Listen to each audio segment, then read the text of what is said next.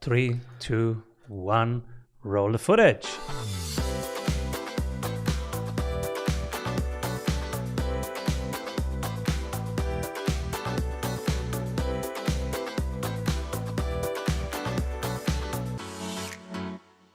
Welcome back, everyone. I'm Severino, your host.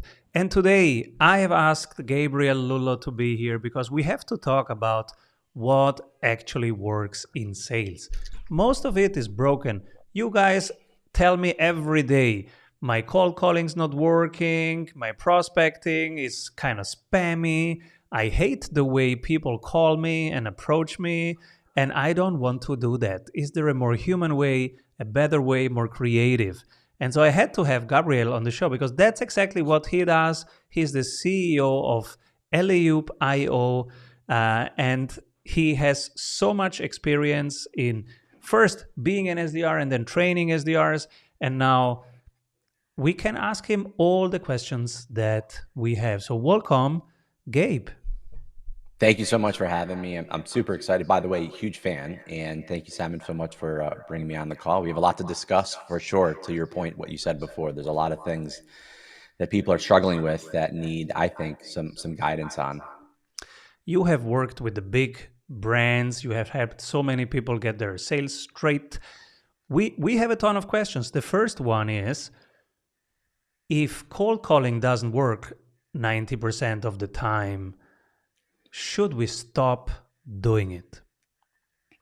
Yeah, for sure. So I guess we have to kind of dissect what you mean by it not working 90% of the time, because I personally think cold calling does work, but it only works if you are good at it, right? And if you're doing it to the right people. And I think what happens is it's garbage in, but garbage out. You absolutely need to have an outbound cold calling method and engine within your omni-channel approach. I'm not saying it's the silver bullet.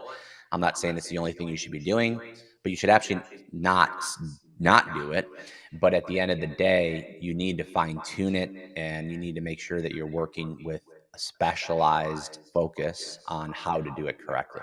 That would be my approach for sure. And how do you know that you should stick to it versus maybe find another channel? Yeah, I mean, right now the list is really where it all starts, right? So a lot of companies are cold calling randomly. They're spraying and praying. Their scripts are not dialed in. It's very templated. We're putting very, very, very entry level people on the cold calls to talk to the most highest level of people, CEOs and VPs, and we're asking them to get meetings from someone who just started in sales 2, 3, 4 months ago. To get a CEO to say yes to a meeting is very difficult.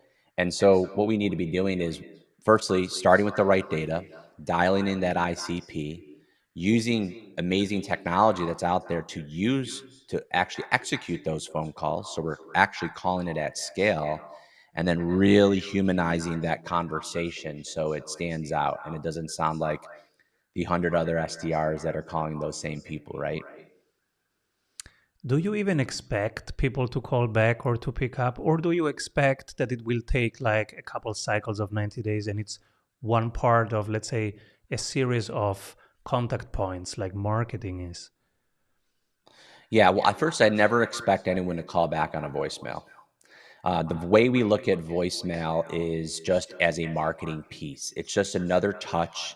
It's brand awareness, and it's there to set up the next time you call them, right? Don't leave 2 or 3 voicemails in a day. You look like a stalker. But I always like to leave one voicemail. If I'm calling someone maybe twice a day, I'll leave one voicemail.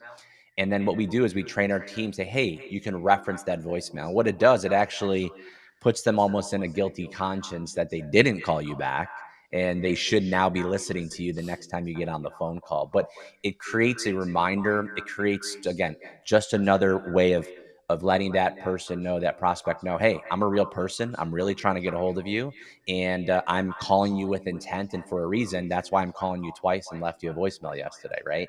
So that's the way I think you should approach voicemail.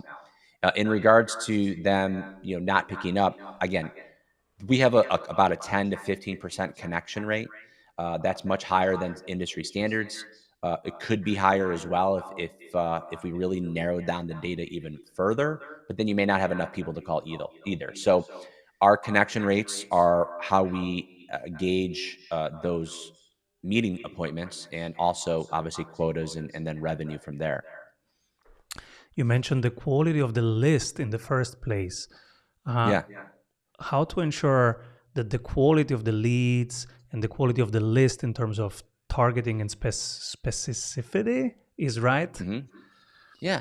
I mean, data's expensive, right? Like, we were the founding SDR team for Zoom Info, then Discover Org. And so we know how expensive it can be to get data. We also work with other companies like Apollo. We work with companies like Sales Intel. And I can tell you that it is not cheap to get data, but it's worth it. Excuse me. Do you want your teams, calling bad data all day long, and you're just burning cash by on payroll because they're not effectively able to communicate? Of course not. Does it make sense to invest in high quality data upfront? For sure. But there's a lot of things you can do once you have the data, um, that allow you to work more effectively. There's CRMs and tools out there that would, easily allow those call dispositions when you're making those calls, to make sure that you're not calling those people again if they're really bad numbers, or there's really bad information on that list. And then every time you attack a day, you're going to have higher and higher quality lists if you're scrubbing them and organizing them correctly. So keeping that CRM clean, which we all know is next to impossible, but focusing on it, making a concerted effort to do so, is going to increase that quality, even from your point of view. So that's how I look at it. Tell us about your company, Eliup, and Mhm. why the name? Yeah, great question. So 15 years in business. We were not alley oop 10 years ago. We actually were inside sales team was the name of our company. We are an outside agency for companies to come to build them an entire infrastructure for their sales organization. But we mostly focus on full cycle sales. And we are very bespoke in that regard. Once we saw the SDR function, the appointment setting, the BDR function starting to really have a life 10 years ago, we said, you know what, let's get into this space because we really can shine here. And I believe more people would want to outsource that function, because outsourcing the AE function is a little bit more difficult to do. A lot of people want to keep that in house, and I agree with that.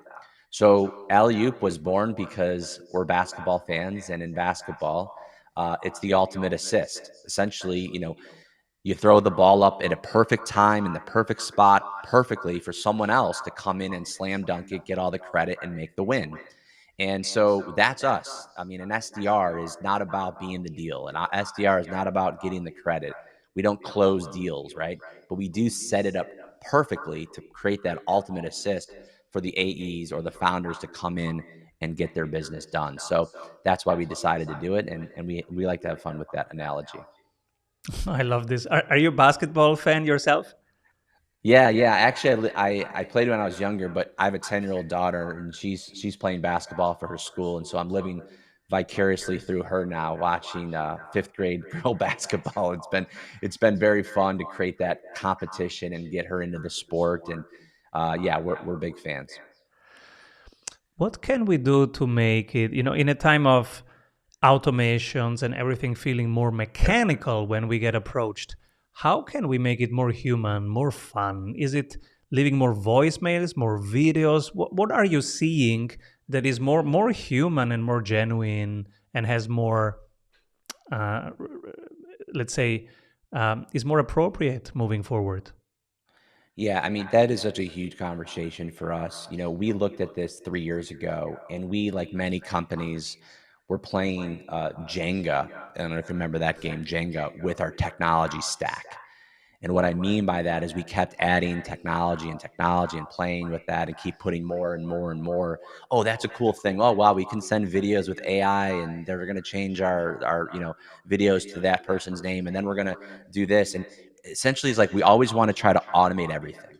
And what happened is we were promoting this human approach to sales, which is what we do. But at the end of the day, the product was just a bunch of automation and very spammy type of approach to sales. and we were literally becoming everything we didn't want to become. And we said, you know what, we're throwing everything away. And we told all of our vendors, listen, you have 30-day notice on the renewal of this contract. And we just sat down for 60 days and decided, what do we really want to use to approach the marketplace for our clients? And we got rid of a lot of technology. We also added a lot of technology. But the technology was about, how can we, stand out?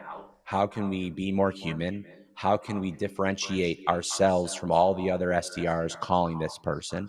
And what can we do to make that happen? And that was a huge shift for us. And it's literally changed our clientele. And we've grown dramatically because of that shift.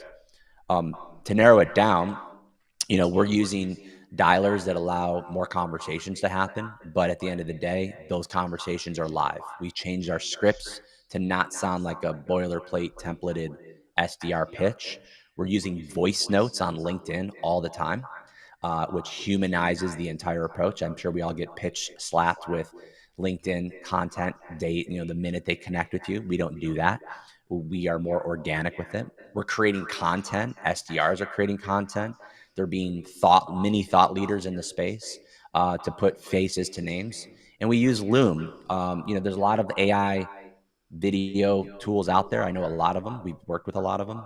I like Loom because it really is me on the other end saying authentically why I want to meet this person. And so we're using those things to truly stand out, but also keep that human approach to it, like you mentioned, Simon. I feel the listeners asking, but Gabe, if I do it as a founder, that doesn't scale. Sure.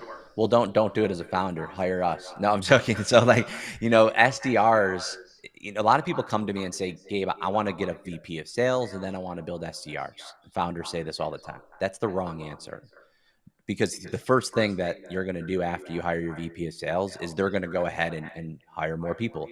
What I recommend, again, now, if you're a developer and you're not a salesman as a founder, that's okay. Okay. That's fine.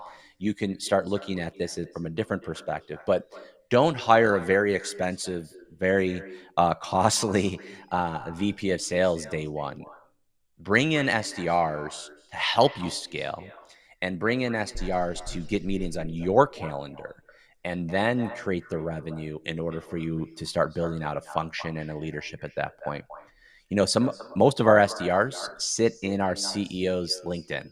They're ghosting in the LinkedIn of the CEOs and allowing those SDRs to be speaking on their behalf in a way that you can still create that leverage because you're the founder and you have that credibility, but you don't have to be sitting there prospecting or worrying about trying to scale. I love this. What have you recently changed your mind about in sales? Well, we were really apprehensive about the whole AI movement last year.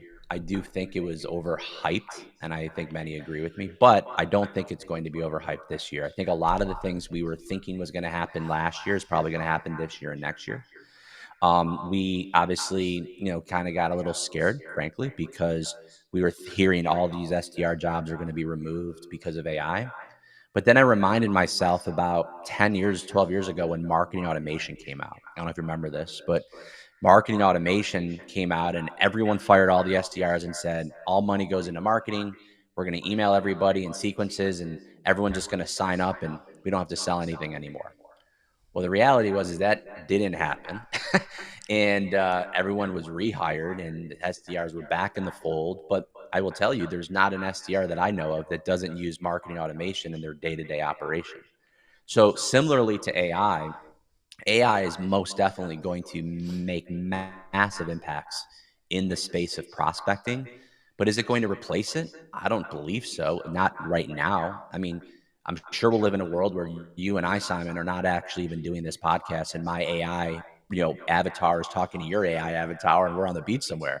But the reality is that should happen for sure, but not right now. And so what we're doing, our biggest change is we're utilizing AI in ways to enhance the SDR's ability to be more human. And that's our approach, is like, instead of taking AI and running away from it or just throwing it in and trying to replace everything with it, I think those are two very, polar opposites.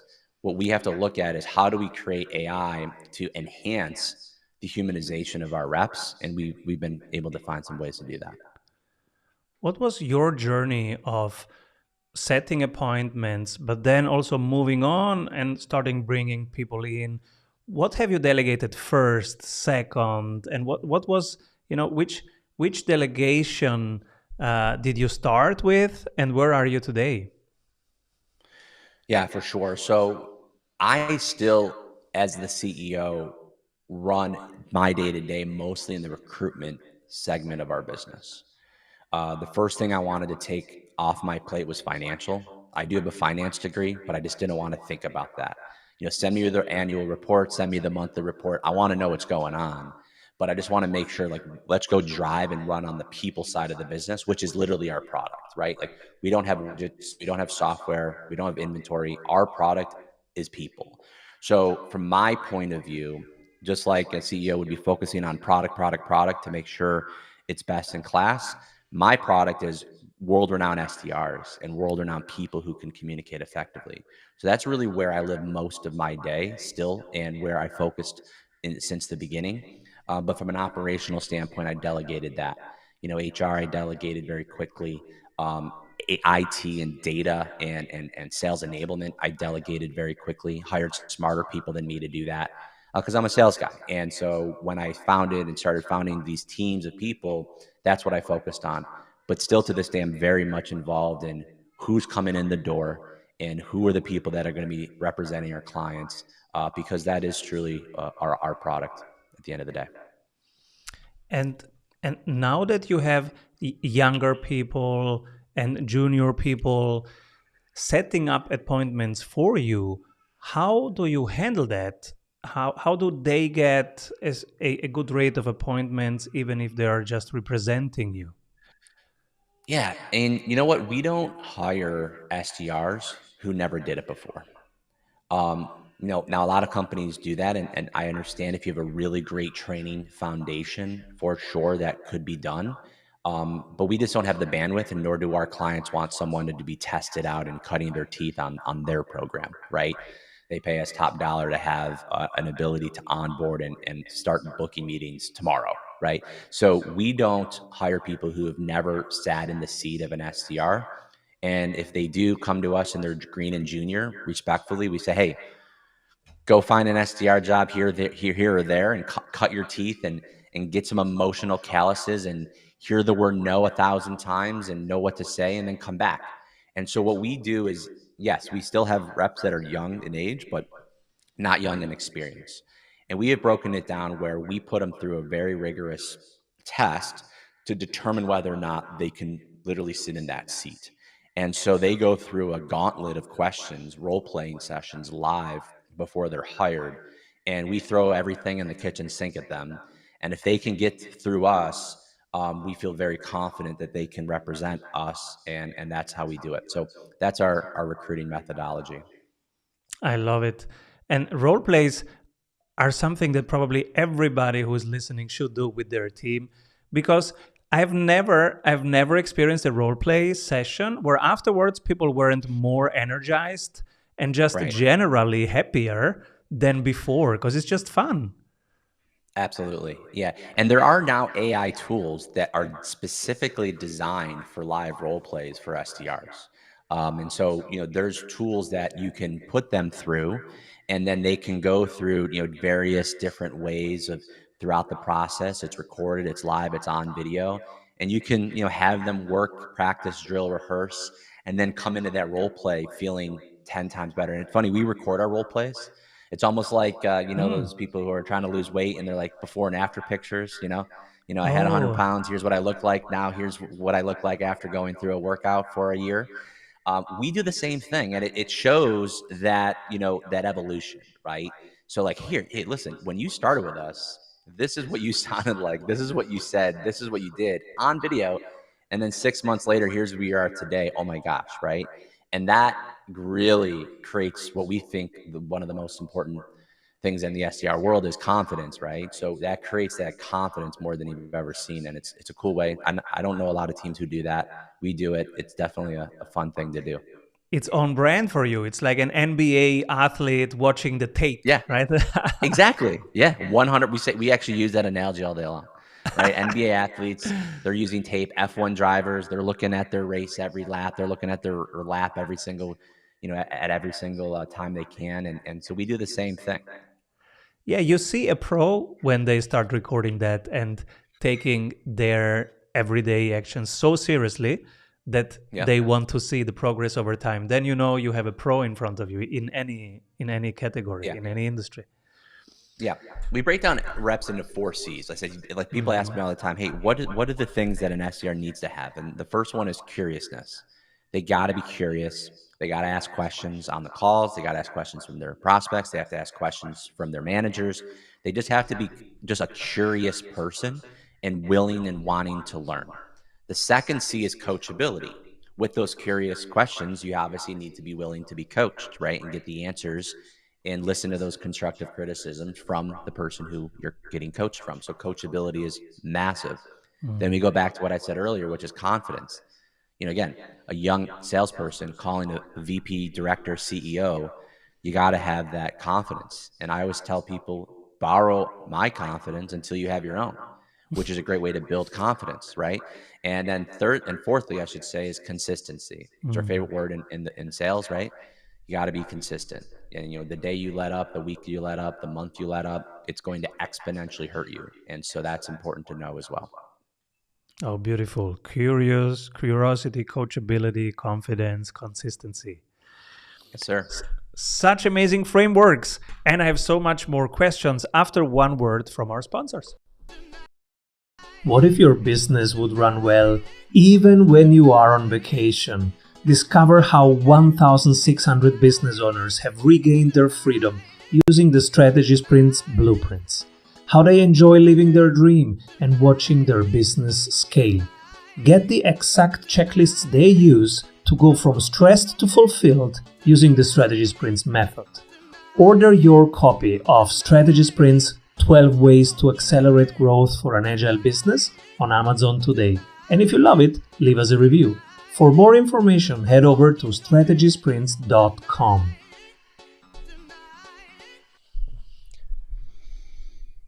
Gabe, what makes you happy as a dog? Um, well, seeing other people succeed and take all of the coaching that we've given and shine in a big way is really exciting. We have a philosophy here. We call the people who've come through our company alley-oop alumni. And so a lot of people, like, they really control their sales team. They get really pissed and they have non-competes and all this stuff when people leave them. And I can tell you, I understand that maybe from more of a high level, account executive type of role. You want them there for years. I get it. But here, as an SDR, it's definitely a more transient position. So a lot of people come into our community and our environment, and they work here for a few years, and then they move off to become a director of sales or become an account executive or become an owner. And what makes me happy is I've seen over 2,000 SDRs come through our company, and I can point to so many that are, some of them, self-made millionaires because they went out and became, started their own business, or worked with a company that got a great IPO. And all of these successful people who have started in a role similar to an SDR. That's exciting for me. Have you thought of like an incubator model where you spin them off and then you partner up with them and maybe co-found or revenue share? Because it sounds like you're creating a ton of businesses. Yeah, and we actually do that. We have companies. I mean, and you think about it, right? Who are they going to come back to, right? They're going to come back to the people they know, love, and trust. They're going to come back to the ones that started off with them and help them get on that same page. So if they go out and start their own business, they're going to give me a call and say, "Gabe, I need SDRs," because they know, love, and trust us. So we also, just from a training perspective, we have them come in and be a guest speaker on our company town halls. And they come back, and it also shows the SDRs here, like, where could they be in 2, 3, 4, 5, 10 years by starting their career here. So it builds that community, that camaraderie, that evolution of always wanting to get better. But from a business standpoint, for sure, it helps us grow because they're going to be our future clients. Yes, and that reminds me, one thing that we did not cover so much is yet the the hard part of the SDR, the beginning and the setbacks, and we get asked a lot how to motivate. Should we motivate with monetary incentives when they hit something? Should we just pay more and take away the pressure, or is it something else like the role plays, the team spirit? What's your Yeah. perspective? Well, let me just clarify the question. Like, how do you incentivize and motivate? Is that the question? Yes, how do you Yeah. keep SDRs, Mhm. in a good mood and motivated over time? So it's funny you said this because we do this every month, and today's February 1st in my calendar here. So we just did that this month, and here's what's interesting. Um, we survey our reps and ask them what motivates them, and we Mm. tailor different compensations, incentives, bonuses, spiffs around what motivates them. Mm. Everyone is different. We used to not do this. We just said, okay, everyone gets a big screen TV at the end of the month for the number one guy in the company, right? Mm. Maybe that person doesn't want a TV. Like maybe that person already has a TV. Like we just not get you're not thinking about that. So Mm. we have various ways we motivate. We have, of course, financial incentives and commissions. We also have PTO, free PTO, paid time off, baked into different incentives for different programs we run. And then we also have incentives like we are doing a social media incentive right now. He or she who has the most amount of connections at the end of 30 days gets a prize. And that prize is a buffet of options, and they get to pick which one they want. And so those are just ways financially, instead of just throwing money at people, you can give them opportunities to go after it. And so I think it's very simple to tailor even a large team like I have. Uh, Especially if you have a smaller team, it's much easier. But I would say even a large team like mine, you can absolutely survey, tailor, Mm. tweak, and make it hyper personal to incentivize people, and they'll run through walls for something you thought you would never be interested in getting yourself, right? Love this. What are your favorite sales books or podcasts? Well, I'm a big fan of John Barros. I did his podcast last month, and he's a great trainer and a great friend, and someone who's awesome. Steve Schmidt, who's on social media, he's phenomenal. He creates a lot of content and helps founders create content. And I actually did his podcast a month or two ago. I'm doing it again soon. So those two guys I know, and I know they're phenomenal. Justin Michael is great. I just got his book. It's on my desk. He's a good friend, and someone that I absolutely endorse. So I would say personally, those three guys know what the heck they're doing, and they're very much successful and create good content. And I know this guy named Simon too. He's pretty awesome. I heard of him too. Uh, where can we connect? Where can we find your work, and where's the easiest path? Yeah. So, I mean, you could Google my name, Gabe Lullo, and there's, I think, 20 or 30 podcasts out there. And then also LinkedIn is where I'm hyper responsive. I post every single day, and all revolving around this conversation. And then, of course, you can always connect with me there as well. So it's laup.io, and Yep. on LinkedIn it's Gabriel Lullo with a basketball and hands that are assisting right now. That's it. Super cool. Gabe, thank you so much for sharing your wisdom, your experience, even your framework. Curious, coachable, confident, consistent. With us, sales is so important. We're really glad to have you as an additional option now in the community. And keep rolling, man. Thank you so much. Huge fan again. Thanks so much for having me.